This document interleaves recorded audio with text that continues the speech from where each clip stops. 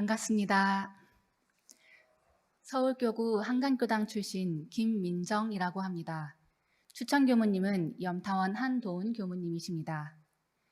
저는 오늘 자긍심을 중심으로 출가 감상담을 발표하고자 합니다. 저는 1살 때 입교했습니다. 어머니가 입교하실 때 같이 교도로 등록되었기 때문입니다. 그러니까 저에게 원불교는 내가 선택한 것이 아니라 주어진 정체성에 가까웠습니다. 그 정체성이 처음에는 만족스러웠습니다. 신앙생활이 즐거웠고 교당에 가면 착하고 지혜롭게 사는 법을 배울 수 있었기 때문입니다.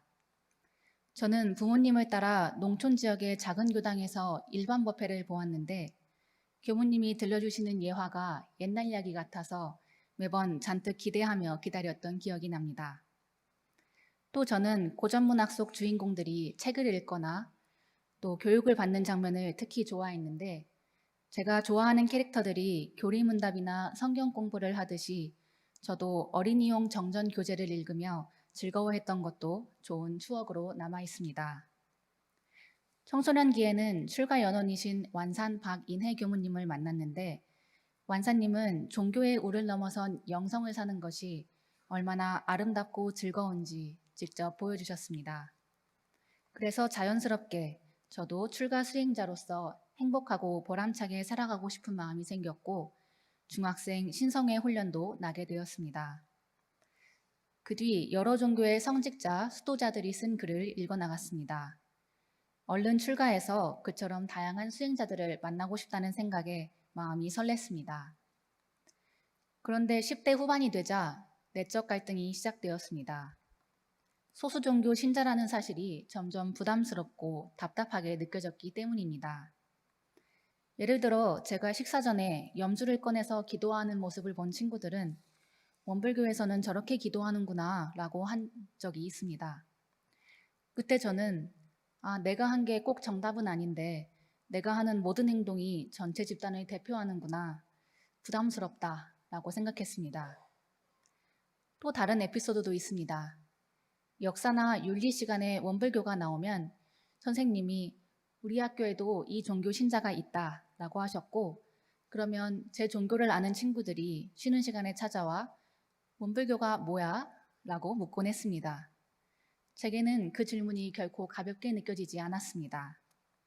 그리고 최선을 다해 설명했음에도 사입이 아니야? 라는 말까지 들어 속상하기도 했습니다. 이러한 시기를 보낸 뒤 대학에 지원할 때가 되자 부모님은 출가를 하더라도 바로 원불교학과에 들어가기보다는 일반 대학에 먼저 진학하기를 권하셨습니다. 저도 견문을 넓히고 생활력도 기르고 나서 출가를 하는 게 낫겠다는 생각이 들었습니다. 그래서 일반 대학의 영어영문학과에 입학했는데요. 학교 생활에 바쁘고 건강도 조금씩 안 좋아진다는 이유로 법회 결석이 잦아졌습니다. 그동안 소수종교 신자로서 받았던 차별에서 벗어나고 싶다는 생각도 들었고 인문학을 배우다 보니 종교를 비판하는 관점도 조금씩 알게 되었으며 한편으로는 여러 종교의 영성을 두루 알아보고 싶은 욕구도 생겨났습니다. 그렇게 대학 시절에는 전공인 서양문학과 관련이 있는 그리스도교를 학문적으로 더 가까이 하며 지냈습니다. 입교는 하지 않았지만 가톨릭 영성서적을 즐겨 읽었고 가끔씩 성당 뒷자리에 앉아 미사도 보곤 했습니다. 그때의 저는 그리스도교의 오래된 역사만큼이나 높은 인지도, 또 수많은 문화유산, 방대한 신학체계가 너무나 부러웠습니다. 또 따스한 위로가 상대적으로 쉽게 느껴지는 타력신앙도 절실했습니다. 그럼에도 사실적으로 자타력을 병신하는 신앙법을 이미 배운 상태에서 인격적인 진리관을 그대로 수용하기에는 어려웠습니다. 참으로 난감했습니다. 무엇보다 저의 사고방식과 가치관, 미의식을 형성한 배경인 원불교를 부정할 수가 없었습니다. 어느 정도였는지 한 가지 일화를 말씀드리겠습니다.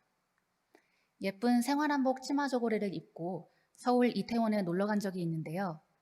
말로만 듣던 이슬람 거리에 꼭 가보고 싶어서 그쪽 언덕을 올라갔습니다. 그런데 사원 관리인 어르신이 절 보시고 말을 거셨습니다. 원불교에서 오셨어요? 어떻게 알았지? 나는 무슬림이 봐도 온불교 사람이구나. 여기서 벗어날 길은 없을까? 그렇게 제 신앙적 뿌리를 외면하고 싶었던 중 오랜만에 예비교무님 친구를 만나게 되었습니다. 그때까지만 해도 나는 친구가 예비교무님일 뿐인 무종교인이야 라고 생각했지만 정신을 차리고 보니 그분의 추천으로 청년 마음훈련에 참가하고 있었습니다. 그리고 그곳에서 신앙과 수행의 위력을 직접 체험했습니다. 여러 사람과 함께하니 일찍 일어나기가 한결 수월했고 매일 연불과 좌선을 하니 마음이 맑고 차분해졌습니다. 또 강의와 회화 등에 참여하다 보니 어느새 차별의 상처들이 치유되고 법열까지 올라오는 것을 경험했습니다. 그때 이 법에 대한 특별한 신심이 난 것 같습니다. 이 법이 정말로 인생을 바꿀 수 있다. 뜬구름 잡는 소리가 아니라 생활과 하나인 법이다 하는 확신이 들었기 때문입니다. 그 신심은 긴 고민을 끝내게 했고 결국 출가를 하게 했습니다.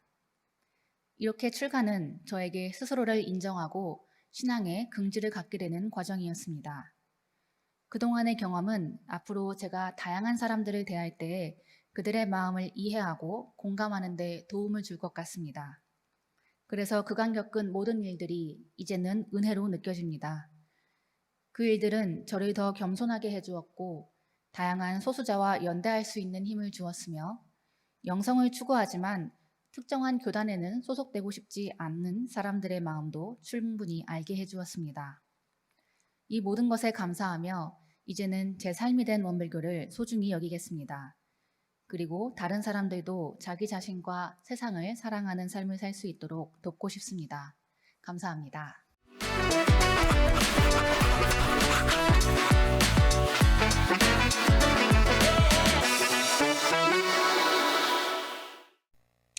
반갑습니다. 오늘 그 나는 누구인가를 발표하게 된 17단의 고운도입니다.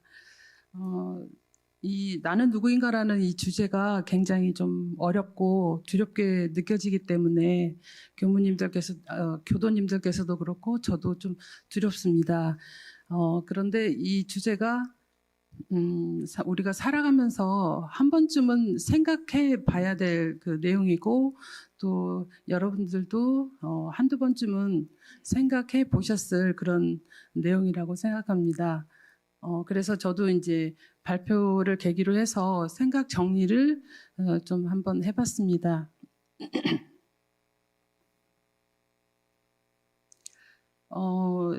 제가 그 고운도는 과연 누구인가 이런 문제에 대해서 지인들과 얘기를 나누거나 아니면 이제 교무님들께 감정 분담을 받거나 또 혼자 있을 때나 또 교도님들께서 여기 나오셔서 발표하실 때 가끔 생각을 해봤거든요. 그래서 저도 이제 생각 정리를 해보니까 과연 그 고운도는 누구인가라고 정의를 제가 한번 해보겠습니다. 고운도는 원불교를 만나서 원불교 교법을 공부의 표준으로 삼고 실행에 가려고 노력 중에 있는 사람이라고 정리를 해보겠습니다.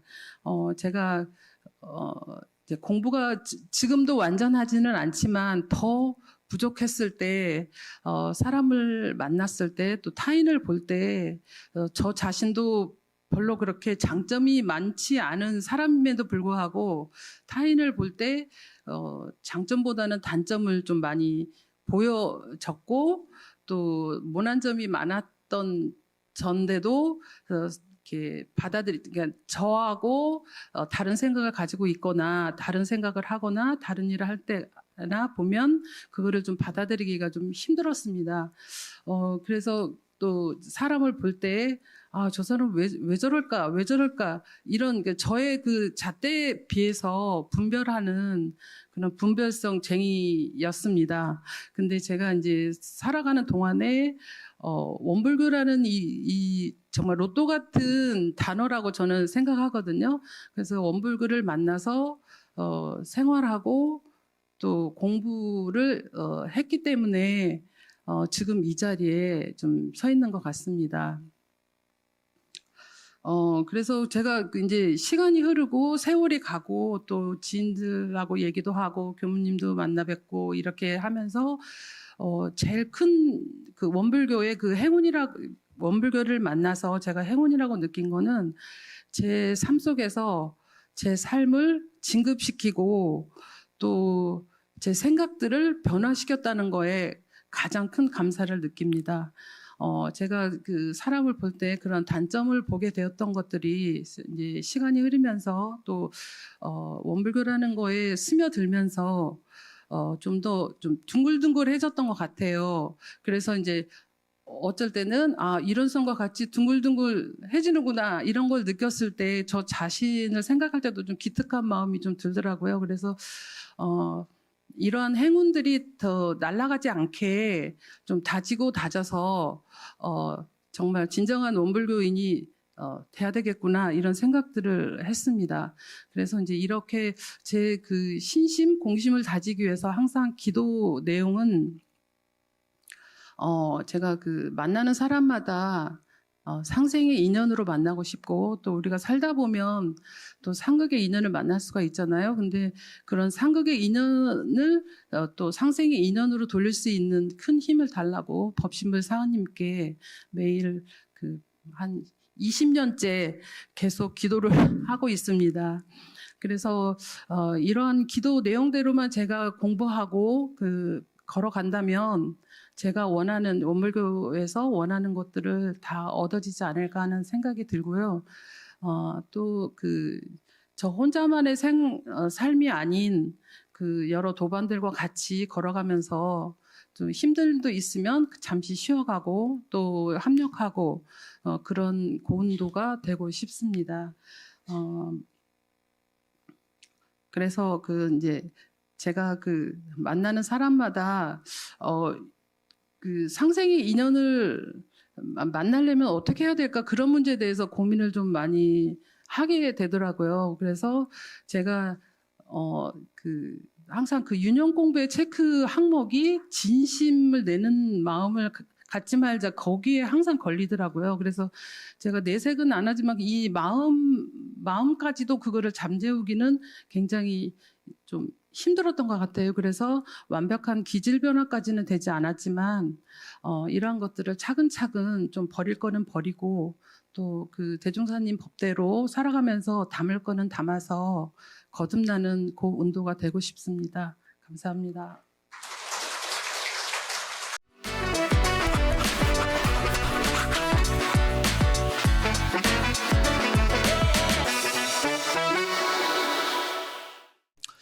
오늘 저에게 주어진 이 귀한 시간을 통해서 나는 누구인가라는 질문을 깊이 생각해보는 시간을 갖게 되었습니다.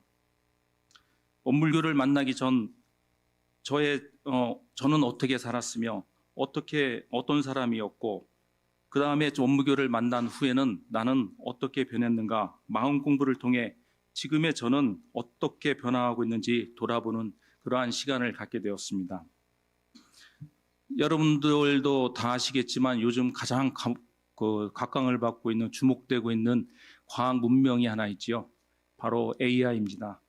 그 AI에게 저의 물리적인 신상 정보를 제공하고 저가 어떤 사람인지를 한번 물어보았습니다.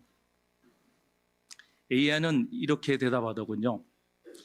당신은 대한민국 산업화의 주역인 베이비붐 세대의 일원으로 60대에 접어든 남성입니다.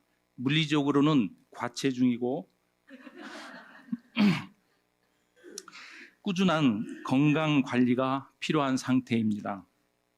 사회적으로는 풍부한 경험을 지닌 어른이며 경제적으로는 은퇴 후의 삶을 준비하는 중요한 경제 주체입니다. 어떻습니까? 참 평범하지만 정확한 분석이겠죠. 하지만 이것은 저의 겉모습일 뿐입니다. 저의 참 나가 어디 있는지는 알려주지를 못했습니다. 그렇다면 마음 공부를 하기 전 과거의 나는 어떤 모습이었을까요? 제 속명인 김재남을 가지고 저의 옛 모습을 표현해 보았습니다. 김재남은 한 가정의 가장으로 살며 특별한 재주도 재미도 없는 사람이었습니다. 그저 소심해서 무슨 일이 생기면 남들 탓으로 돌리고 사소한 것에 욕심을 내는 그러한 사람이었습니다. 그런 모습이 신압으로 몸에 배어 나름대로는 큰 불편함 없이 그럭저럭 살아가는 사람이었습니다. 제가 이런 사람이었습니다.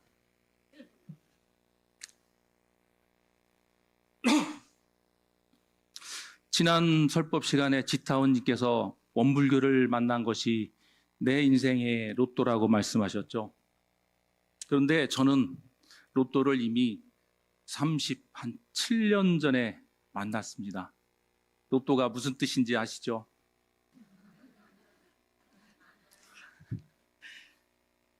원불교를 만나 마음 공부를 하며 제 자신을 깊이 들여다보니 제 삶이 분별심과 착심에 단단히 얽매여서 살고 있다는 것을 알게 되었습니다. 어떻게 하면 그 결과에서, 그 굴레에서 벗어날 수 있을까 고민하던 중 조금 전에도 암송하셨지만 반야심경의 두 구절이 항상 마음에 깊이 와닿는 것을 알게 되었습니다. 그것은 바로 불구부정과 신무과애입니다. 첫 번째로 불구부정은 본래 더럽지도 않고 깨끗하지도 않다는 뜻입니다. 그렇지만 이는 좋다, 나쁘다, 깨끗하다, 더럽다고 판단하는 저의 분별심 때문에 생기는 거였습니다. 그런 분별심을 내려놓고 세상 모든 것을 있는 그대로 바라보라는 가르침이었습니다. 두 번째로 신무과에는 마음에 걸림이 없다는 뜻입니다. 모든 집착과 분별을 넘어선 궁극의 자유로운 마음 상태를 의미합니다. 이 둘의 관계를 생각해 보니 명쾌한 답을 얻게 되었습니다. 불구부정은 분별을 초월한 결과입니다. 분별심을 내려놓는 시작점이며 신무과애는 분별을 초월한 결과입니다. 즉 불구부정은 신무과애라는 자유의 방문을 여는 열쇠와 같았습니다. 그렇다면 이 열쇠를 어떻게 사용해야 될까요? 그 실천 방법이 바로 우리 원불교의 마음 공부입니다. 마음 공부는 불구부정의 지혜를 바탕으로 일상 속에서 끊임없이 분별심과 착심을 내려놓는 훈련입니다. 이 훈련을 통해 우리는 걸림없는 마음 상태인 신무과애를 실현해 나가는 것입니다.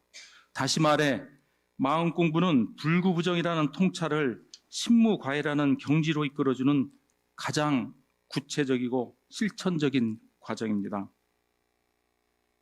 제가 어제 저녁에 저녁 식사를 하면서 저의 로또이신 혜전님께 이 이야기를 잠깐 설명을 드렸습니다. 그랬더니 바로 그 자리에서 답이 그래서 어떻게 하고 있는데?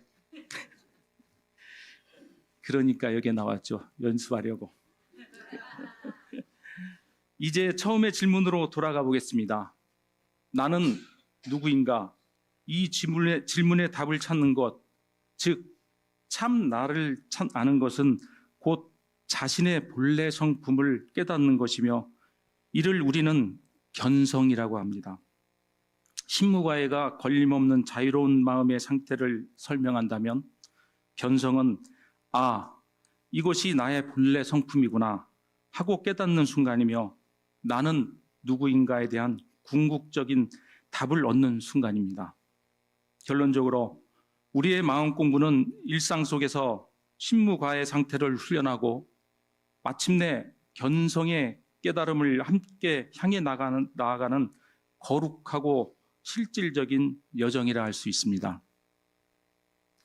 견성을 못하면 석강 항마 위에 승파지 못한다 하고 대종경 변위품 34장에서 견성의 중요함을 말씀하셨습니다. 한 걸음 더 나아가 대종경 성리품 7장에서는 만일 견성만 하고 성불을 하는데 공을 들이지 아니한다면 이는 보기 좋은 납독기와 같아서 별 소용이 없다 하고 말씀하셨습니다.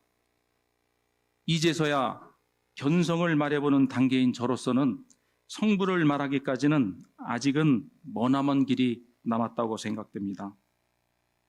짧은 시간이나마 나름 정리해서 말씀드린다고 했는데 잘 전달이 정확하게 됐는지 모르겠습니다. 나는 누군가를 알기에는 제 자신이 아직은 언제 거칠지 모르는 안개 속에서 헤매고 있기 때문에 저 자신을 알기 위한 방법을 공부에 발표하는 시간으로 만들어 말씀드리게 되었습니다. 그렇지만 이제는 원불교인이 되어 원불교인으로서 마음 공부를 열심히 하려고 하는 김재남이 아닌 김도형을 삼행시로 말씀드리고 이 시간을 끝내도록 하겠습니다. 김도형입니다. 먼저 운을 떼어주시기 부탁드리겠습니다. 김이 서린 안경을 닦아내듯 마음의 눈을 뜨기 위해 도심을 밝혀 분별과 집착을 내려놓고 자유를 실현하여 형상 너머의 참 나를 깨달아 견성의 길을 걷는 사람이 되도록 노력하겠습니다. 감사합니다.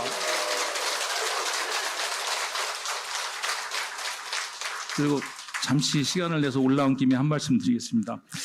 저희 11월 9일 날 아프리카 어린이 돕기 작은 음악회가 열리는 거 아시죠?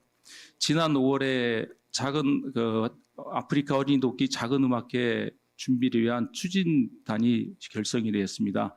거기에는 장문창 부회장님과 문은선 부회장님 그리고 세선 박세림님 그리고 제가 포함이 돼서 지금 그걸 준비하고 있고 저희들이 이제 그 준비를 지금 착착 진행되고 있고 저번 이제 명절 전에 팜플렛까지 나온 상태입니다.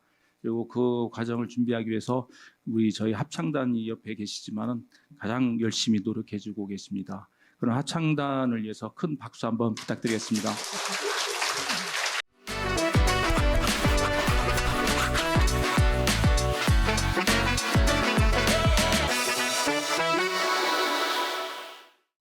오랜만에 뵙습니다. 지난주에 저희는 3계단이 정읍에 있는 산해교당을 다녀왔습니다. 제가 오늘 발표한 내용은 지난 주일에 저희가 방문한 산해교당에 대한 감상을 말씀드리고자 합니다.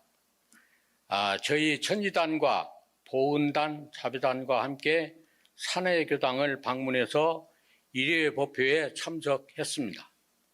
산해교당을 간단히 소개해 올린다면 정읍시 산해면에 소재하며 교당은 아주 아담하고 아늑한 작은 교당이었습니다. 특히 궁타원 백명진 교무님과 교도가 남자 5분, 여자 교도 6분으로 교당을 운영하고 계셨습니다. 그리고 저희 교당에서 가신 10여 분의 참석해서 함께 사회를 진행하는 여자 교도님의 안내로 먼저 6가족의 특별 천도제를 올린 후에 일요 정기 법회를 받습니다.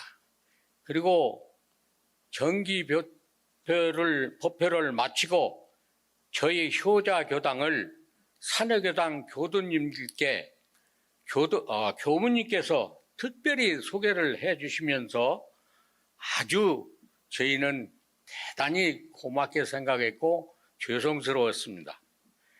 법회 후에 저희는 또 교당의 안내로 점심 공양을 아주 맛있게 대접받았습니다.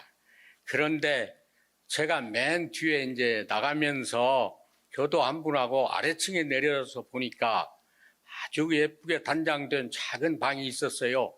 그래서 혹시 이 방이 무슨 용도로 쓰던 방입니까? 하고 여쭤봤더니 말씀이 지난 코로나 이전에 19년도 이후부터 어린이 법회를 중단했답니다. 그 전에는 거기에서 어린이들이 10여 명이 모여서 함께 같이 이렇게 선임 교도님의 지휘하에 이렇게 운영을 했을 때요. 근데 이제 그 뒤에 계속 쉬다 보니까 그 어린애들마저 다 커버려가지고, 그리고 거기에 나와 있는 교도님들 연세를 보니까 우리 원사님 정도 되는 것 같아요. 그래서 한 분한테 여쭤봤어요. 혹시 연세가 어떻게 됩니까? 그랬더니 80이에요. 에? 저하고 동갑이시네요. 그랬더니 깜짝 놀래요. 그래서 같이 이제 웃으면서 교당을 올라가고 나오면서 또 교도님 안내로 맛있는 점심 식사를 대접을 받았습니다. 그래서 저희는 어떻게 교도님들한테 보답할 방법이 없을까 하고 언젠가는 저도 다시 기회가 있다면은 한 번 더 가서 같이 함께 법회를 보고 앞으로 저도 열심히 교당에 나오도록 하겠습니다. 그리고 거기에서 느낀 점이 우리 효자교당은 앞으로 어떻게 될까? 또 모든 우리 원불교인들은 앞으로 어떻게 될까? 저는 많은 의심을 가지고 집으로 와서 일주일을 지금 기다려 봤습니다. 그러나 아직까지도 저는 모르고 이렇게 생활을 하고 있습니다. 짧게나마 소개 말씀 드려서 대단히 고맙습니다.